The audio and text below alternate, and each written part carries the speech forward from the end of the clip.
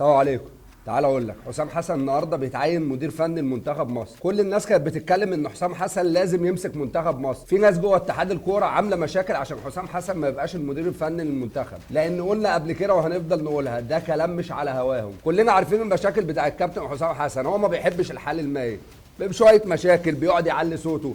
وفي طبعا انتوا عارفين منتخب مصر مين اللي بيديره. الكلام ده هيمشي مع الكابتن محمد صلاح؟ اشك انا. اي حد طبعا يشك ان لعيب بقيمه محمد صلاح يبقى المدير الفني بتاعه حسام حسن، دي ممكن تضايقه. وانتوا عارفين طبعا يا جدعان لو محمد صلاح اتضايق القصه ممكن يحصل فيها ايه. ما انا لما بقول لك ان في مشكله مع اتحاد الكوره ان حسام حسن يبقى المدير الفني، لازم اقول لك ان محمد صلاح معترض على وجود حسام حسن مدير فني في منتخب مصر. ما هو دي الحقيقه اللي لازم كلنا نبقى عارفينها. واحد بيلعب في ليفربول وبقاله اكتر من 10 سنين هو اللي بيقود المنتخب وهو اللي بيحط التشكيله، فالطبيعي لما يجي واحد بشخصيه حسام حسن والله هيحصل تصادم. لازم يحصل تصادم ما بين الاثنين، عشان كده الاتحاد المصري كان معترض. وبعدين برضو النقطه الاهم اللي انا هفضل اقولها ولازم الكل يبقى عارفها برضو يا جدعان، عشان ايه نبقى متفقين.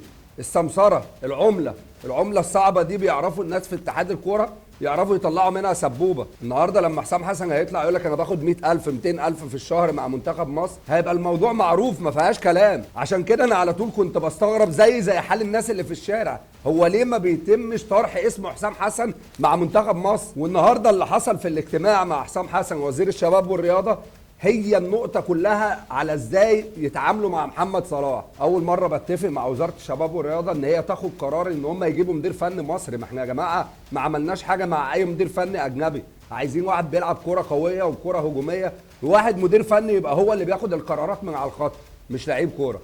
بس كده، السلام عليكم.